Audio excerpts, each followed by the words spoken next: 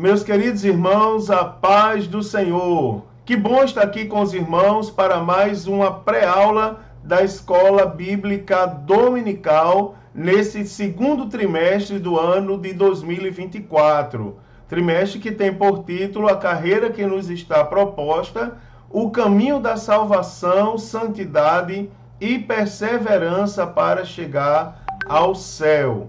Meus queridos irmãos, a lição de hoje é a lição de número 2, que tem por título a escolha entre a porta estreita e a porta larga. Para essa lição, o texto áureo está no Evangelho segundo escreveu o evangelista Lucas, capítulo de número 13 e versículo de número 24, onde está escrito assim: porfiai por entrar pela porta estreita, porque eu vos digo que muitos procurarão entrar e não poderão.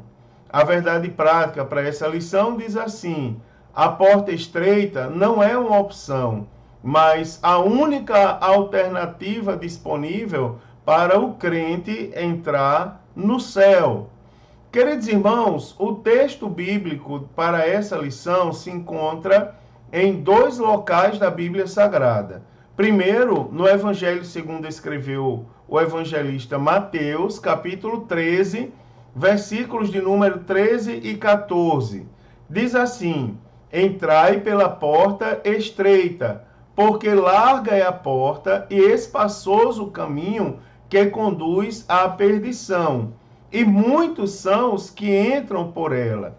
E porque estreita é a porta e apertado o caminho que leva à vida, e poucos há que a encontrem. Também vamos ler no Evangelho segundo escreveu Mateus, capítulo 3, versículos de 1 a 10, onde diz assim: e, naqueles dias, apareceu João Batista pregando no deserto da Judeia, e dizendo: arrependei-vos, porque é chegado o reino dos céus. Porque este é o anunciado pelo profeta Isaías, que disse: voz do que clama no deserto, preparai o caminho do Senhor, endireitai as vossas veredas. E este João tinha a sua veste de pelos de camelo e um cinto de couro em torno dos seus lombos, e alimentava-se de gafanhotos e de mel silvestre.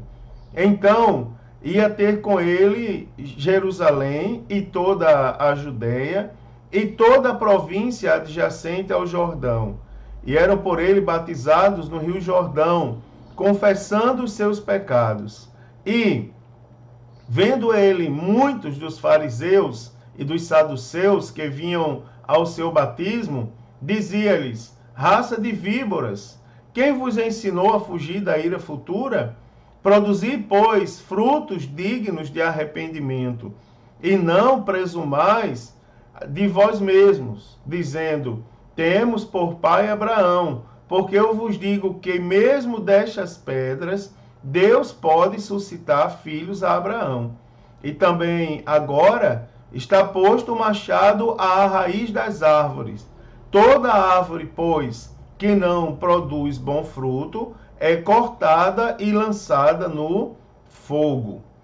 Meus queridos irmãos, os objetivos dessa lição são explicar a analogia da porta estreita e do caminho apertado, do ponto de vista bíblico e teológico, destacar que a decisão pela porta estreita requer uma vida de renúncia e disposição para enfrentar os desafios da caminhada cristã, e apontar que a entrada pelo caminho estreito está baseada no arrependimento, confissão de pecados e novo estilo de vida.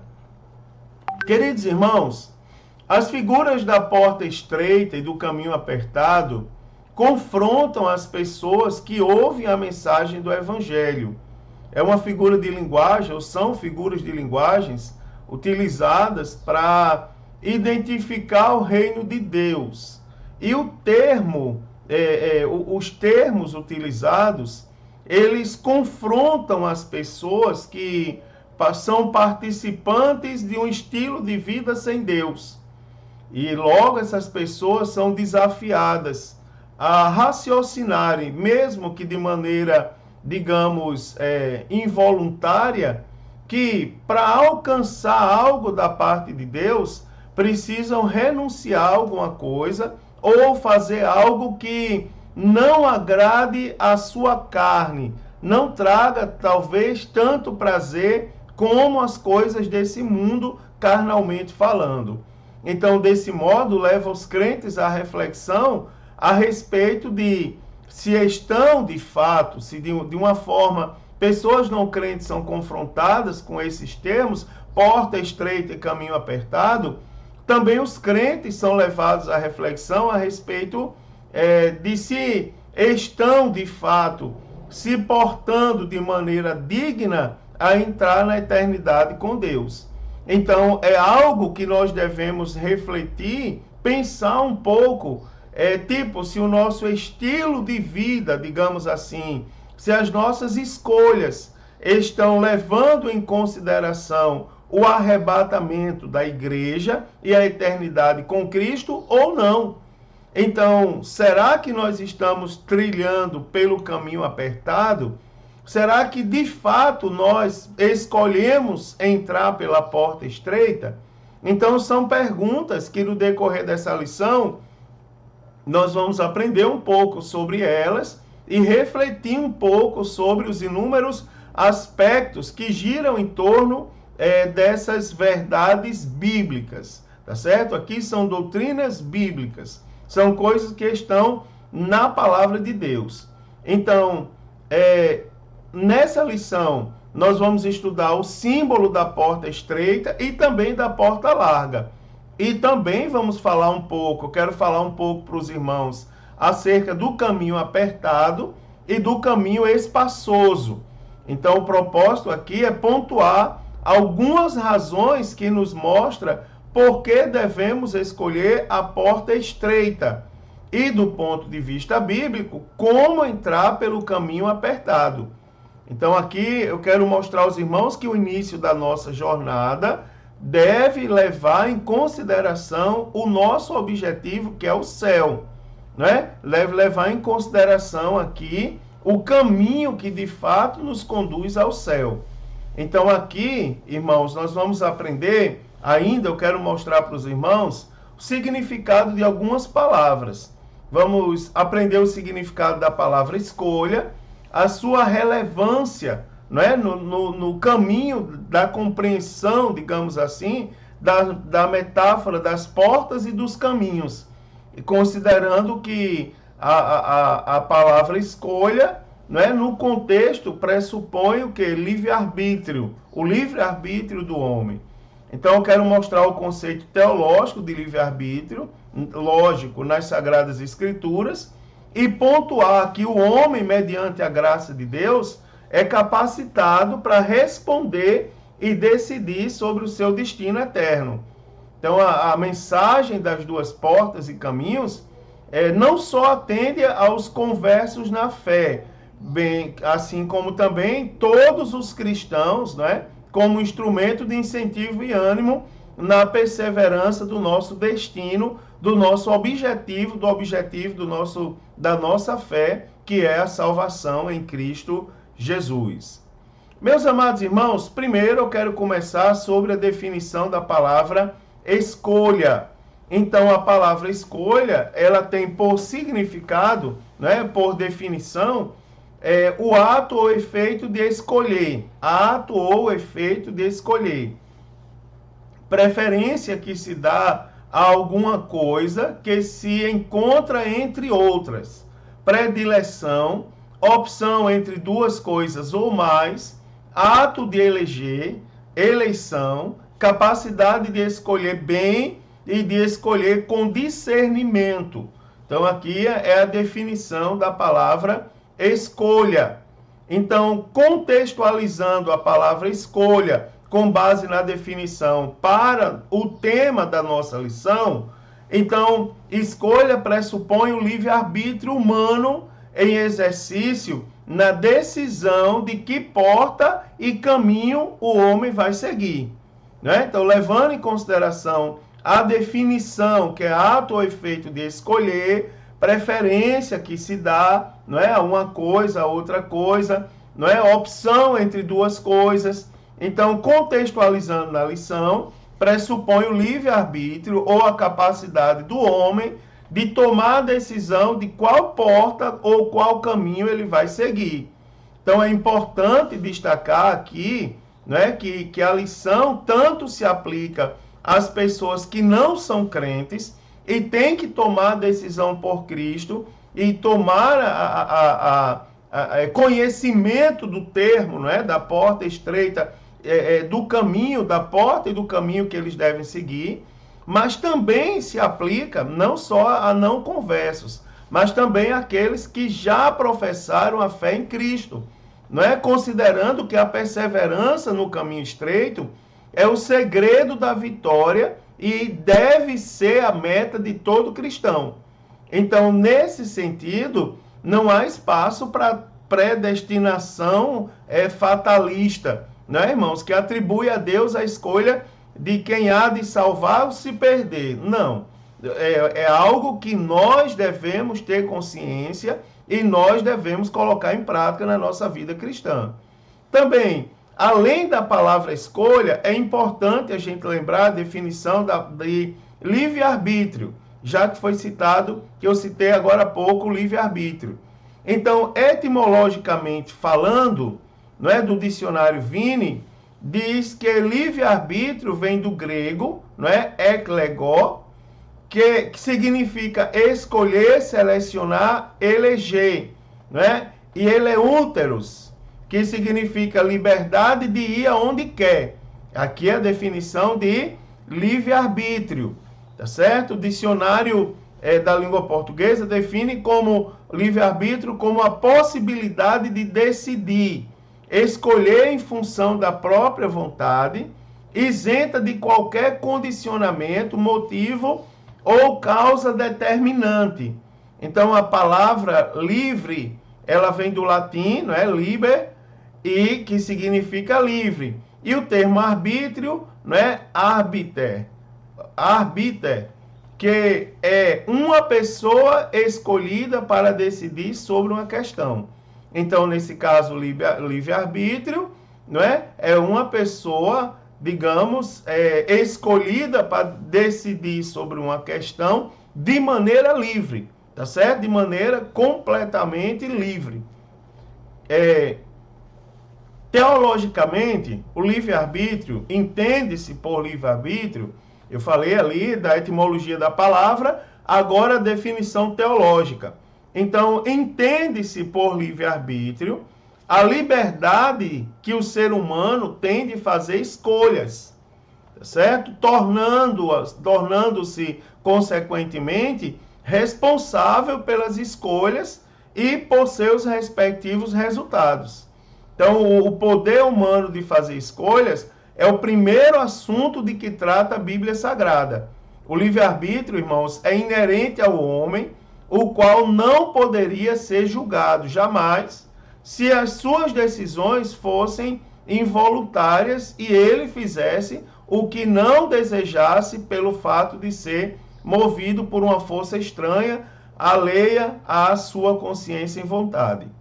A nossa declaração de fé oficial das Assembleias de Deus, ela diz assim: nós cremos, professamos e ensinamos que o homem é uma criatura de Deus, dotado por Deus, foi Deus que dotou o homem, de livre-arbítrio, ou seja, Deus deu ao homem liberdade de escolher entre o bem e o mal. E essa escolha continua mesmo depois da queda no Éden. Deus dotou Adão de livre-arbítrio, com o qual ele era capaz tanto de obedecer como de desobedecer ao Criador. Tá bom? Então, essa é a definição de livre-arbítrio. Agora, seguindo na nossa lição, eu quero trazer um pouco para os irmãos acerca das portas e dos caminhos. Primeiro, a porta estreita. Então, a ideia de uma porta estreita, e algumas coisas eu talvez me torne aparentemente repetitivo, Mas não é, o objetivo é trazer alguns detalhes a mais à medida que a gente for evoluindo no raciocínio.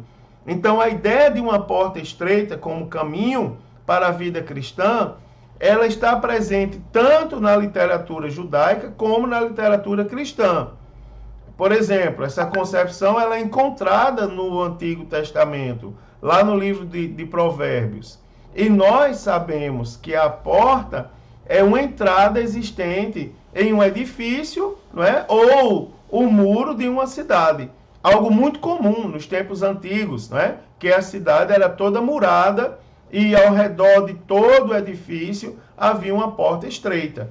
Então era por meio dessa porta que todos entravam e saíam da cidade. Também, queridos, o caminho apertado. E aí, quando nós falamos de caminho apertado, nós apontamos para a conduta, né? A maneira de viver que evidencia a salvação ou a perdição. Aqui eu só quero lembrar aos irmãos que talvez alguém possa se sentir desconfortável, principalmente aquelas pessoas que ainda não leram a Bíblia, não passaram por um curso bíblico de discipulado. Talvez as pessoas nunca foram ensinadas sobre a vida com base nos mandamentos de Deus. Eu já fui questionado algumas vezes por novos convertidos que dizem assim: pastor, não fica muito chato essa vida muito regrada, muito cheia de normas, muito cheia de coisas para a gente seguir? Aí eu falo para eles o seguinte, raciocine comigo as coisas da Bíblia, que elas contrariam, na maioria das vezes, as coisas que não são da Bíblia. Por exemplo, o que é para o mundo viver embaixo de regras é um fardo, é uma coisa difícil, é uma coisa que é até inconcebível para muitos em alguns contextos. Mas se a gente fizer uma comparação com a coisa prática, a gente vai entender que viver debaixo de regras, na verdade, para quem tem Deus no coração e para quem quer ter uma vida digna, você vai ver que é a solução e que o homem tem que viver assim. Vamos pegar o trânsito. Você imagina o trânsito sem regras. Você imagina o trânsito sem lei.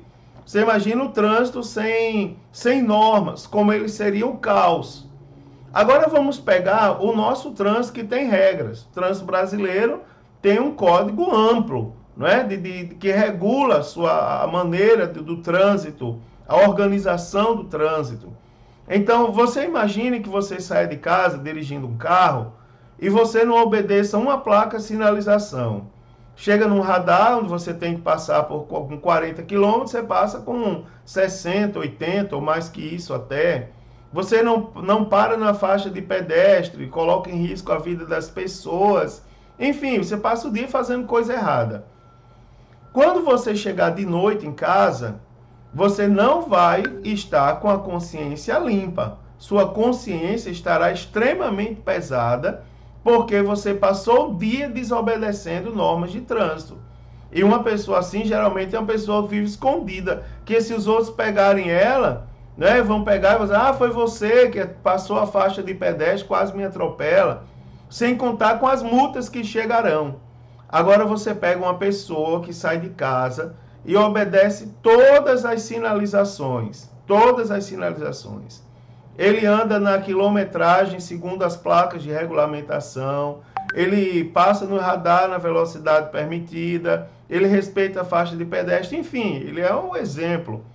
Essa pessoa tem a consciência limpa e a certeza de que ninguém vai tomar nada dela, justamente falando. Você observa que assim é seguir a Jesus. Aparentemente, as normas, elas colocam fardo, mas não é. As normas, os mandamentos de Cristo, ou seja, o caminho apertado, ele traz paz no coração. Então, a linguagem figurada do caminho apertado, conforme Mateus 7, aponta para os que desejam a vida eterna. É uma vida de santidade, é uma vida de paz, é uma vida no padrão do reino, no padrão do reino de Deus. Então, não é por acaso que a palavra apertado vem do grego, né? tribó, que significa prensar com uvas, espremer, pressionar com firmeza, caminho comprimido, contraído, metaforicamente, aborrecer, afligir, angustiar. Então, o caminho apertado é o que nos leva a praticar os ensinamentos de Jesus de modo bem concreto. Amar os inimigos, não praticar hipocrisia, acumular tesouro no céu, dentre outros princípios celestiais que são ensinados de maneira muito clara no Sermão do Monte, conforme o Evangelho segundo Mateus, capítulo 5. Também a porta larga e o caminho espaçoso. Então, a porta larga e o caminho espaçoso simboliza o quê? Uma vida sem compromisso com Cristo, segundo o padrão do mundo. Então, assim como a porta estreita está à disposição, cabe-nos utilizar o livre-arbítrio e escolher o caminho que nós vamos seguir, a porta que nós vamos entrar. Então, por essa porta, e essa porta recebe muitas pessoas que expressam crenças e valores segundo a sua vã maneira de viver.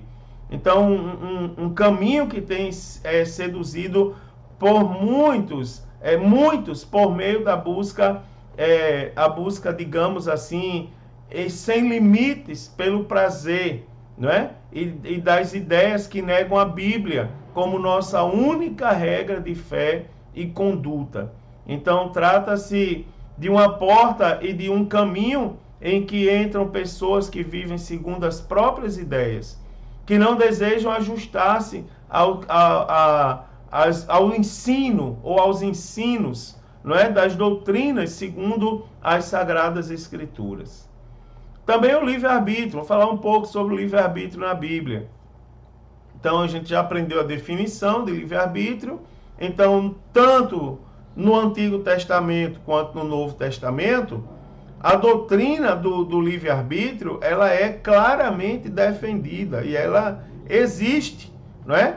E apesar da expressão livre-arbítrio não estar na Bíblia de maneira explícita, então em diversas passagens do Antigo Testamento, por exemplo, nós podemos ver Deus e ver claramente que Ele dá o poder de escolha ao ser humano. Vamos supor uma coisa muito bonita. Eu estava esses dias celebrando um casamento. A Bíblia Sagrada fala que Deus, Ele trouxe os animais diante de Adão, e da maneira como Adão chamou os animais, este foi o nome dos animais. Você observa que Deus podia ter dado o nome aos animais. Então, Adão, elefante se chama elefante. Mas ele não fez isso. Ele colocou os animais diante de Adão e Adão chamou os animais e da maneira que ele chamou foi o nome dos animais. Outra passagem muito clara é que Deus estava presente, porque a Bíblia diz que Deus é onipresente. Naturalmente, Ele está em todos os lugares. Deus estava presente quando Adão e Eva pecaram, não é? Quando eles desobedeceram o seu mandamento e comeram do fruto do conhecimento do bem e do mal. Mas Deus não impediu eles de pecar, não é? Deus não impediu, e a Bíblia diz que quando Deus apareceu, Adão se escondeu, teve vergonha. Então você observa que nós temos tanto no Antigo Testamento como no Novo Testamento, nós temos várias passagens bíblicas que nos mostram o livre-arbítrio, tá certo? Então eu deixei as referências aí na tela e os irmãos podem ver inúmeras referências e aí elaborar uma grande mensagem para pregar sobre o livre-arbítrio.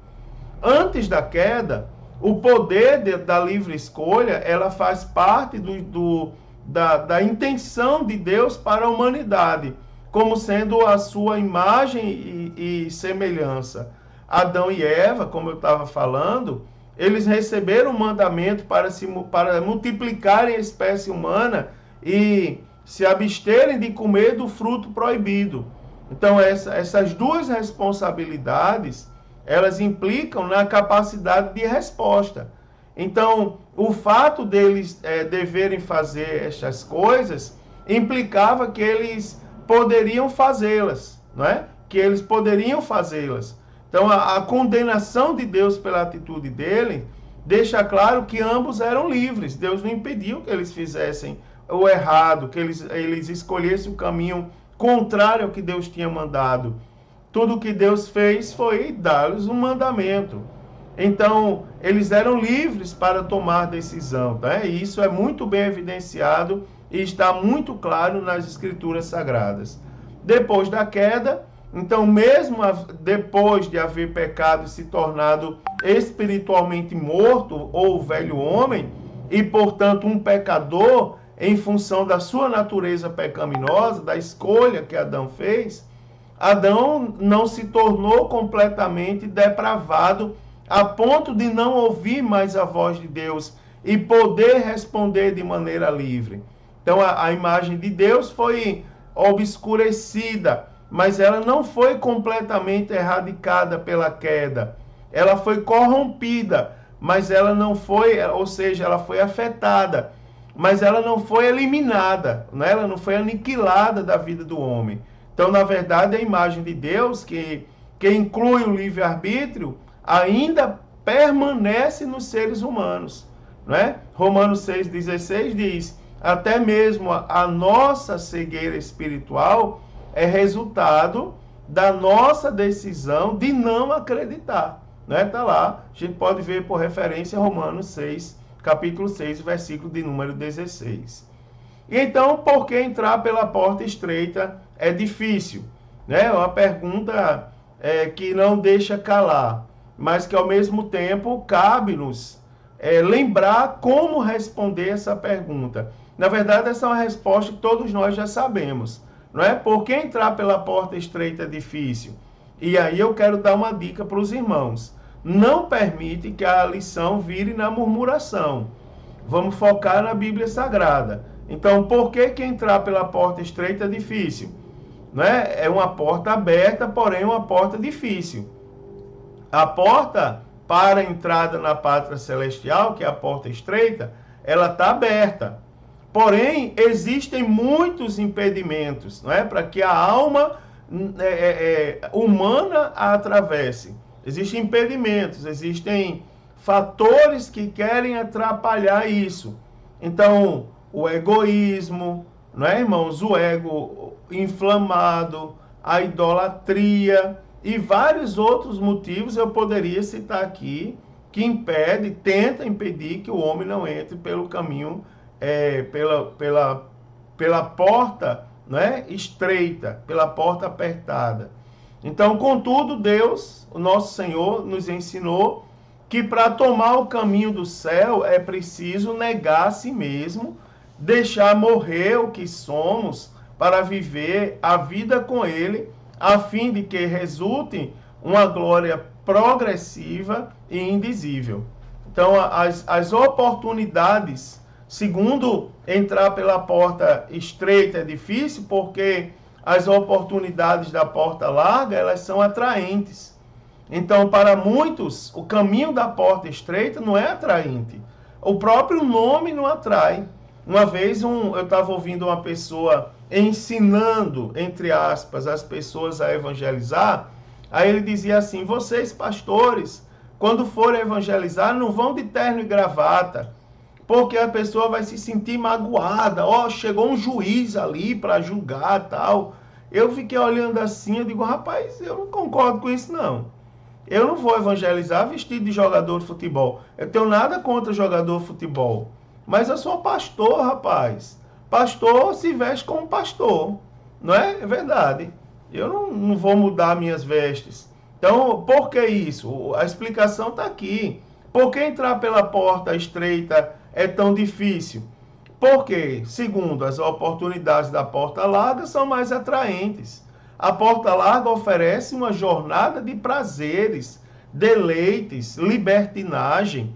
Entretanto, os que andam por esse caminho são dominados pelas ilusões da vida, né?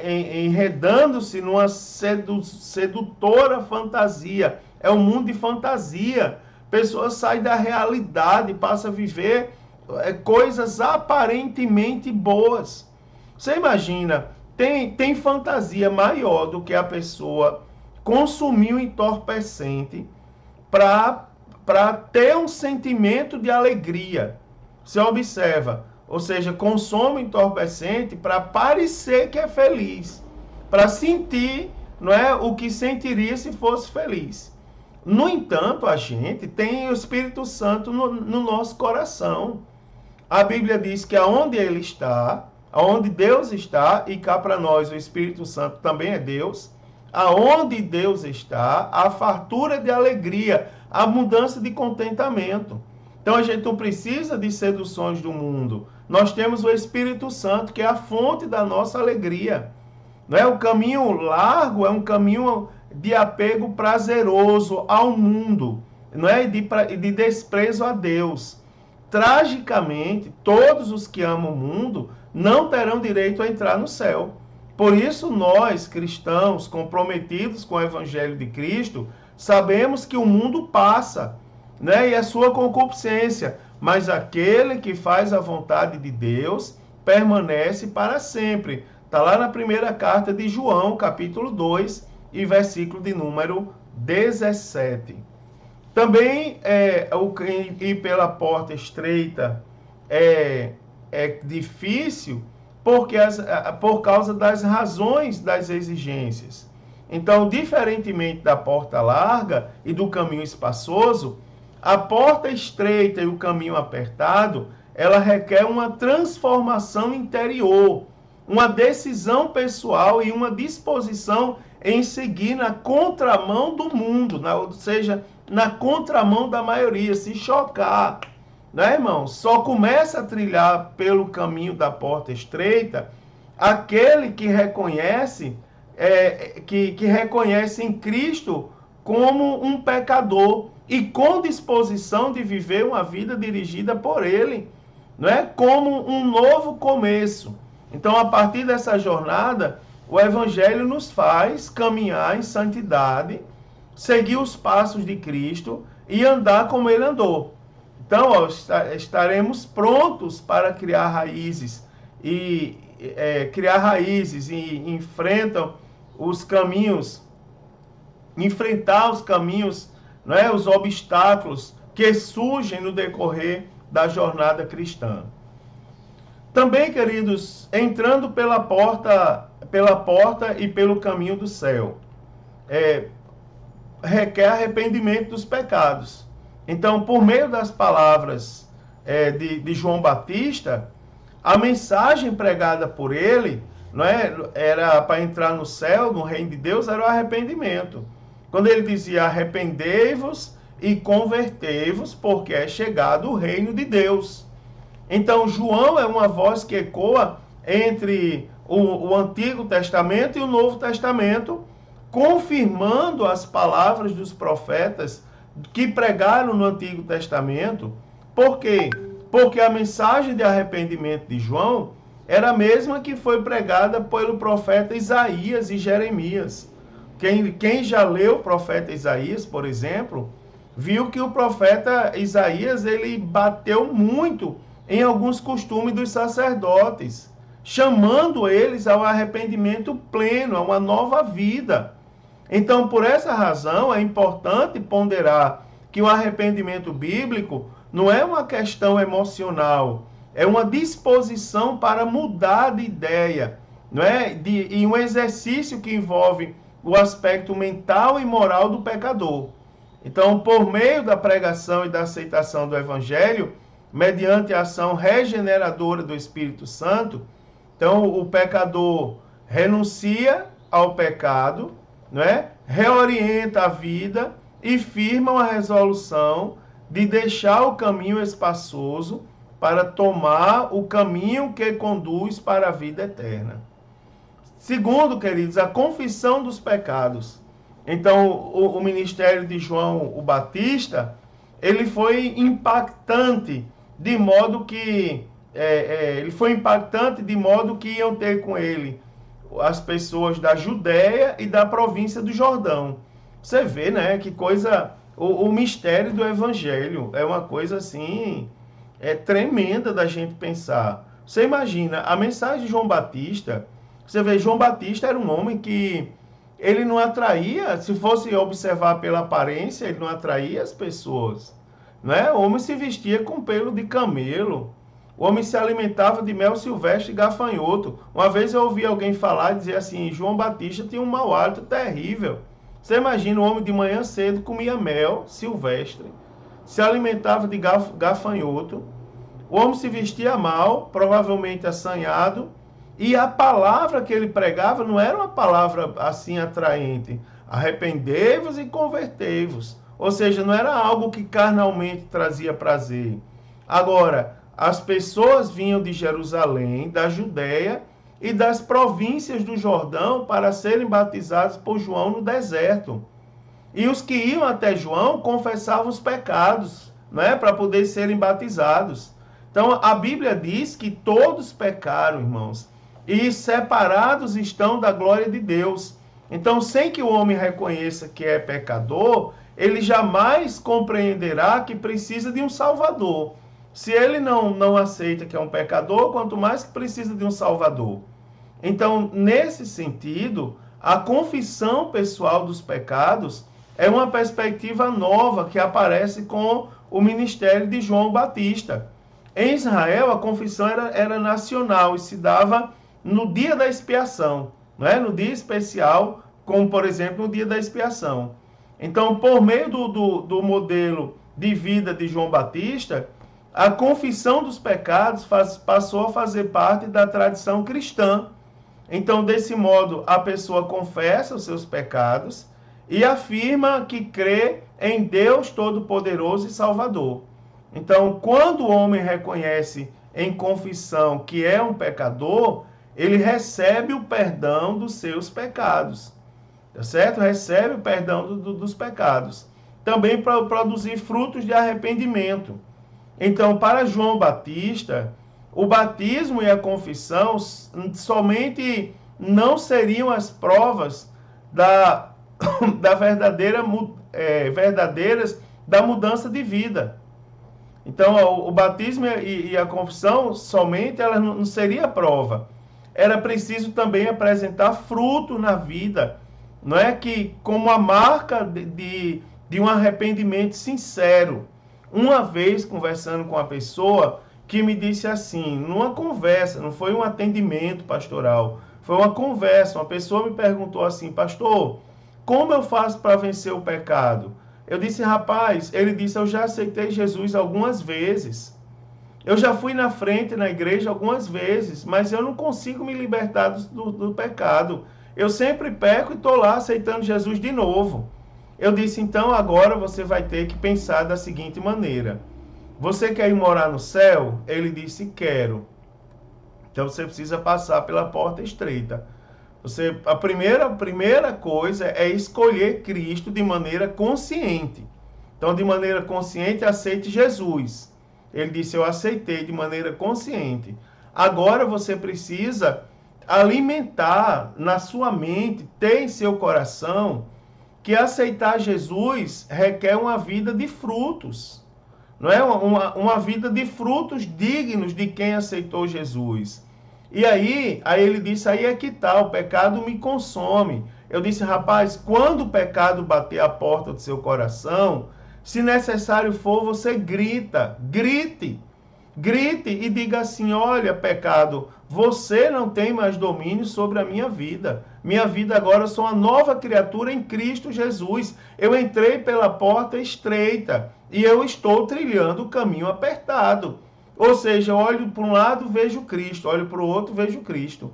Olho para cima e para baixo, eu vejo Cristo em todos os lados. Então eu ando pelo caminho apertado, porque é o caminho que me leva, é o caminho, só existe ele.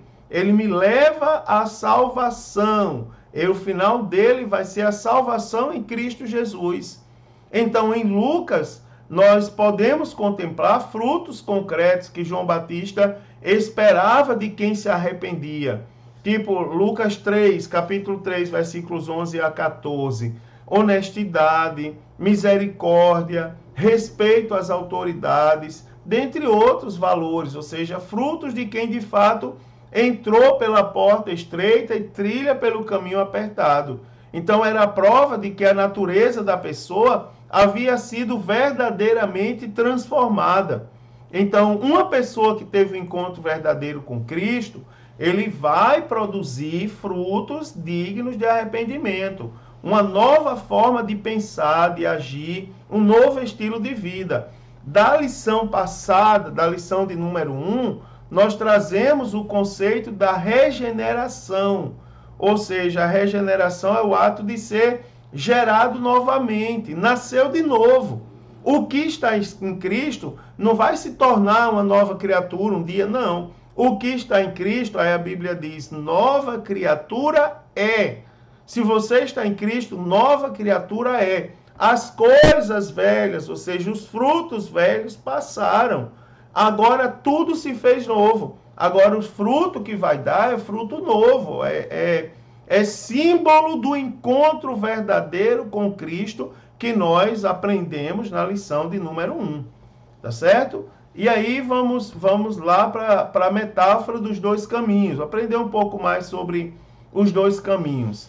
Então o sentido da metáfora está bem claro. Nós temos que imaginar dois caminhos, duas entradas.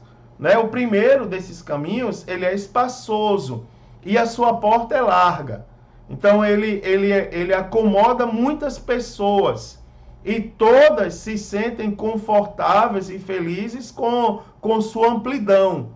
Contudo, apesar de não ser tão bom de percorrer, ele acaba em destruição. O outro caminho, no entanto, que é apresentado, ele é apertado. E a porta que dá acesso a esse caminho é uma porta estreita, tá certo? Ele é restrito e relativamente poucos viajantes se encontram nele. Mas ele diz, aliás, ele conduz a vida. Então, Mateus 7, capítulo 7, versículo 12 e 13, nos fala das duas portas e dois caminhos. Duas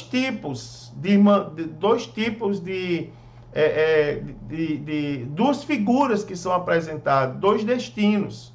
Então, da seguinte maneira, duas portas e dois caminhos. Então, Hendricken, ele diz que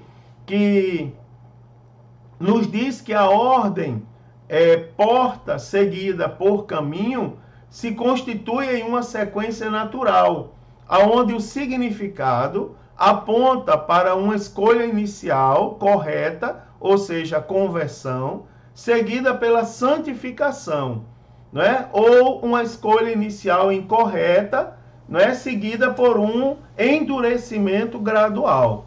Então, no Novo Testamento, a palavra estreita, com referência a uma porta, ela só aparece em Mateus 7, 13 e 14, e em Mateus 7, 13 e 14. Em Lucas 13, 24, o mesmo adjetivo é utilizado com referência a uma porta, mas uma porta escatológica, não é? Apontando para os últimos dias, não é? Para que possa entrar pela porta estreita, então, a pessoa precisa se desfazer de muitas coisas, não é? E aí a gente já falou, e aí os irmãos prestem bem atenção. O desejo ardente de possuir bens terrenos, o espírito que não consegue perdoar, o egoísmo, e especialmente a justiça própria. Então, a porta estreita pois, a porta da autonegação e também a porta da obediência. A porta estreita, ela traz esse significado.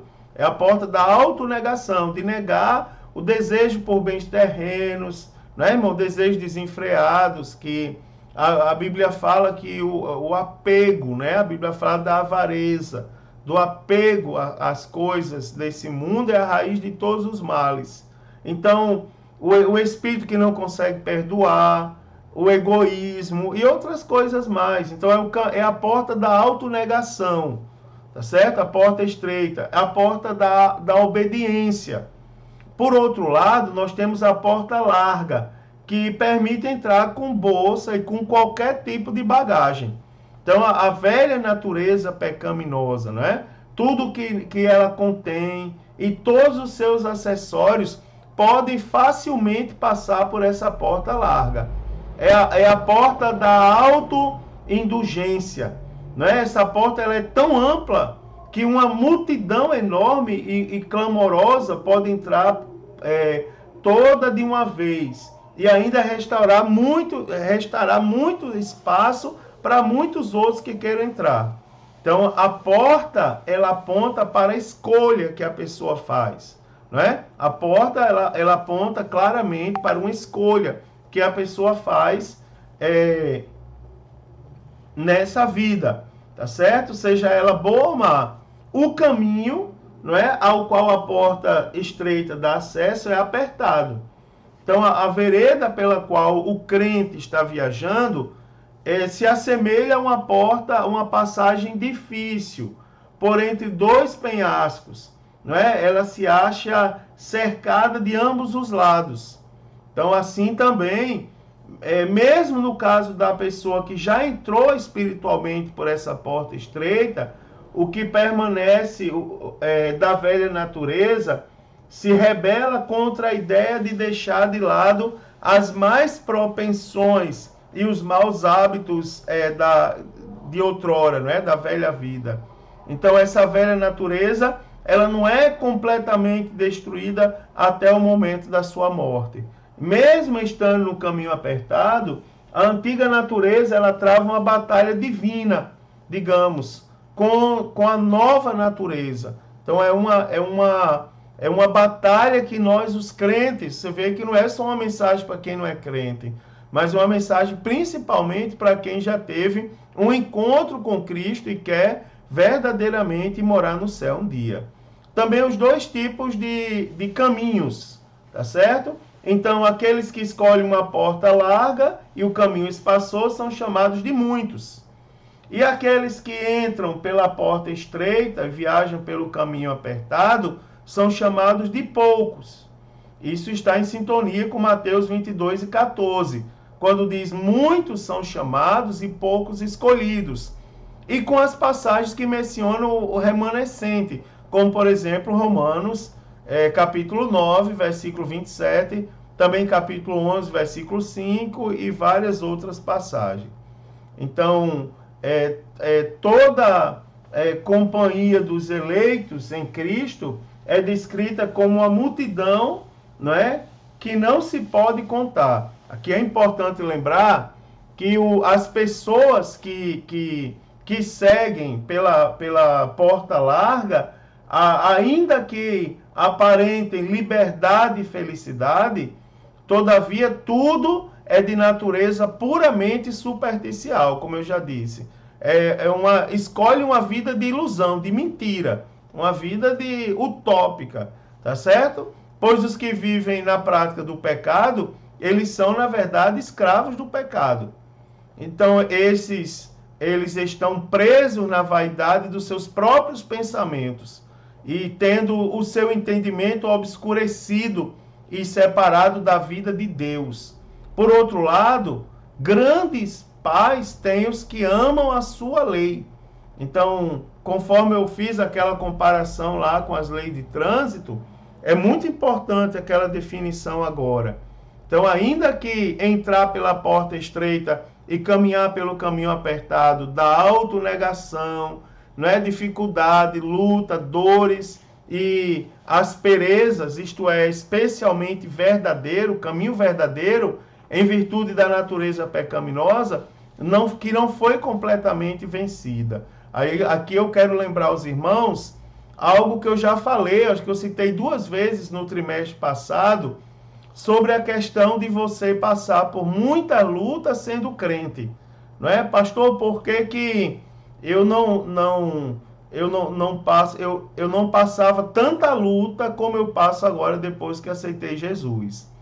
Na verdade, é assim, você escolheu a porta estreita e o caminho apertado, que não é o caminho da prisão, tá certo? É o caminho que conduz a Deus, é o caminho que vai na contramão do mundo, contraria o conceito do mundo. Lembre-se que o pecado entrou no mundo por causa da desobediência. E a porta estreita e o caminho apertado nos leva a pensar novamente o caminho da obediência. Quando a pessoa aceita Jesus, ela, na velha vida, aliás, antes de aceitar Jesus, ela está com os olhos vendados. Ela está vivendo a vida de pecado, a vida ilusória. Ela não está enxergando a realidade. Quando ela aceita Jesus, a venda dos olhos é tirada. Aí ela começa a enxergar a lama que ela vive. Meu Deus, e aí pensar que eu sempre vivi, aliás, mergulhado nessa lama e nunca tinha percebido. É porque Jesus abriu os olhos e agora você enxerga. Então, a vida de aparente, a vida de luta, de dores, não é, de asperezas, na verdade, é a vida que nós vivemos nesse mundo. Apenas as pessoas que não têm Deus, elas tentam apagar essa realidade vivendo uma vida ilusória. E ainda tem pessoas que não vão à escola dominical que diz que o céu é aqui e não quer ir morar no céu não, quer ficar aqui. Misericórdia, irmão. Sangue de Cristo tem poder, né? Vamos morar no céu. Então, para o novo homem, aquele que teve a natureza regenerada, gerado novamente, existe uma alegria indizível, cheia de glória. Lógico, você vive a realidade.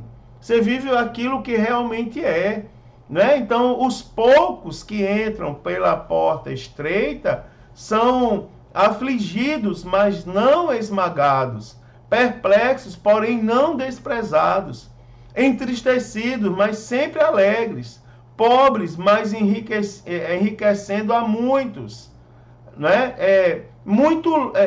Nada tendo, mas possuindo todas as coisas ao mesmo tempo. Pois, além dos tesouros, né, que já possui desde agora, eles sabem que as riquezas maiores e maiores riquezas esperam por ele. Você imagina o céu, e a Bíblia fala do ouro tão refinado do céu, que é como um vidro. Você imagina o ouro como um vidro. É o ouro do céu, conforme está escrito na Bíblia Sagrada. O grau de pureza. Não é, irmão? Você imagina se a gente tivesse um ouro desse aqui na terra, como ele não seria caro, mas nós vamos andar sobre eles no céu. Não é? Glória a Deus, são riquezas, e sem contar, eu estou falando de riqueza no sentido humano, que é o ouro, mas a riqueza espiritual. Glória a Deus, aleluia, de estar diante de Deus eternamente, um grande culto pentecostal, que nunca mais terá fim, meu irmão. Louvado seja o nome do Senhor, que glória, que bênção de Deus, não é? Também dois destinos. Então, para Hendrick, ele diz assim: os que entram pela porta larga e agora trilham o caminho espaçoso, estão indo rumo à destruição, ou seja, estão destinados não à aniquilação, e sim à perdição eterna. Ao contrário disso, né, irmãos? O caminho da cruz leva ao lar. Aleluia. Caminho da cruz leva ao lar. De destaque essa frase. É o caminho da autorrenúncia, né, que conduz à vida e, em seu sentido pleno escatológico, comunhão com Deus em Cristo no céu, né, subsequente no novo céu e na nova terra, mas todas as bênçãos resultantes dessa comunhão. Louvado seja o nome do Senhor Jesus.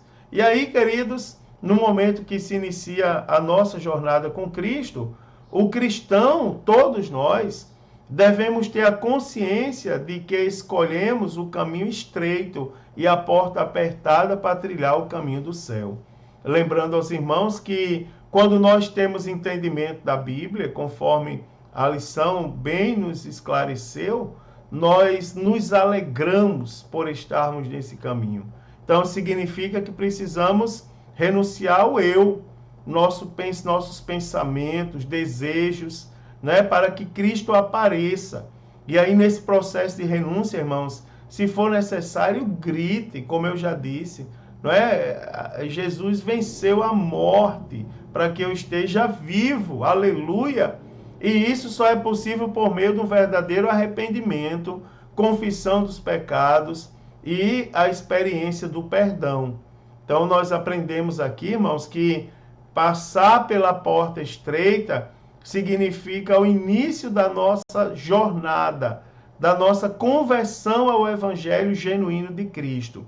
Entretanto, o caminho até a eternidade, ele é caracterizado por sua estreiteza, ou seja, para nos mantermos firmes no alvo, nós precisamos renunciar a nós mesmos, tomar a nossa cruz, né, e seguir a Jesus. Isso aí implica em viver uma vida de completa entrega ao Senhor.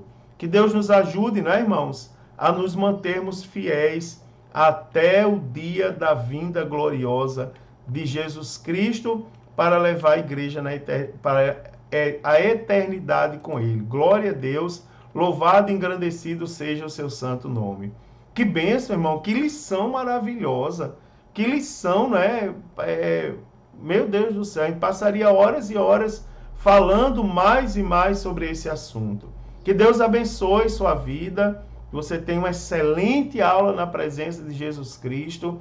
Escute a lição mais de uma vez e escute outras lições e leia sua Bíblia, e eu tenho certeza que será uma excelente aula em nome de Jesus. Deus abençoe. Se Jesus não voltar a próxima semana, eu estarei aqui com os irmãos comentando a lição de número 3. Paz do Senhor, queridos, um forte abraço em todos.